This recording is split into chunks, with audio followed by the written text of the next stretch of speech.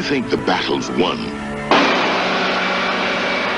think again. The fact is, for each one we reach, there's one we can't. And if we can't reach them, chances are nobody can. Because a mind is a terrible thing to waste. What's up, family? Welcome to Unauthorized History. Today I'm going to start a new segment on this channel.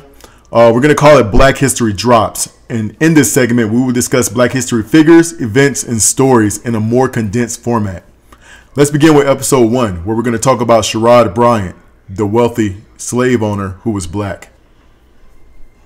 If you attended school in the public American school system, you are well acquainted with the fact that America had thousands of enslaved black people.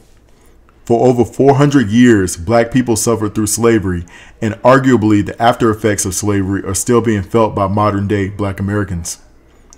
Learning about the history of slavery is standard in the American public education system, but what is not generally talked about or discussed is the fact that some black people own slaves. It is a hard fact and an even harder pill to swallow for most. But for men like Sherrod Bryant, I'm not sure if owning slaves bothered this man.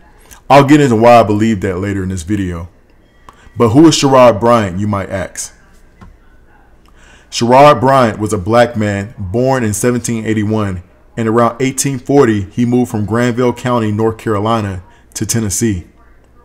He amassed his wealth through the many parcels of land he owned, eventually making him one of his time's wealthiest free black men.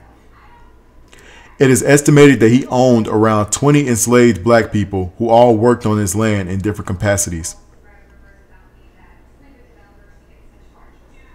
Sherrod Bryant passed away in 1854, and he is buried in Bryant Town Cemetery. Now, 300 acres of the land that he owned became known as Bryant Grove on the Rutherford County side of Long Hunter State Park in Tennessee. During this time, black people who gained wealth often used their wealth and influence to purchase enslaved black people to free them from their bondage. I personally don't believe that Sherrod was your typical slave owner, often portrayed in American films.